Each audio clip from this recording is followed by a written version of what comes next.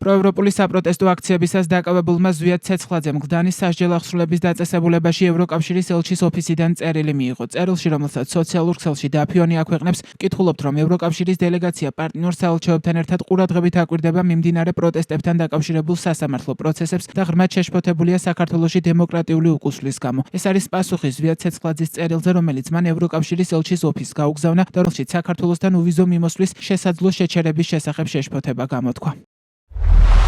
მადლობთ თქვენი წერილისთვის, რომელიც გამოგზავნეთ. ევროკავშირის დელეგაცია პარტნიორ საელჩოებთან ერთად ყურადღებით აკვირდება მიმდინარე პროტესტებთან დაკავშირებულ სასამართლო პროცესებს. როგორც ევროკავშირის უმაღლესი წარმომადგენლის სპიკერმა განაცხადა, ევროკავშირი ღრმად შეშფოთებულია საქართველოში დემოკრატიული უკუსვლის გამო, მათ შორის მართლმსაჯულების სისტემის გამოყენებით, როგორც რეპრესიების იარაღით დამოუკიდებელი ხმების წინააღმდეგ. ჩვენ მოუწოდებთ საქართველოს ხელისუფლებას გაათავისუფლოს უსამართლოდ დაკავებულები და უზრუნველყოს სამართლიანი სასამართლოს უფლება, როგორც სამართლიანობის ფუნდამენტური პრინციპი და დემოკრატიული მმართველობის ერთ-ერთი მთავარი საყრდენი. მადლობთ ასევე, რომ გაგვიზიარეთ თქვენი შეშფოთება ევროკავშირსა და საქართველოს შორის უვიზო მიმოსვლასთან დაკავშირებით, რომელიც ჩვენი ურთიერთობების ერთ-ერთი მნიშვნელოვანი და ხელშესახები მიღწევა. ბოლო ანგარიშში მოცემული ვიზის შეჩერების მექანიზმის რეკომენდაციებთან შესაბამისობა შეფასდება ევროპის კომისიის მომდევნო ანგარიშში, რომელიც წლის ბოლომდე გამოქვეყნდება.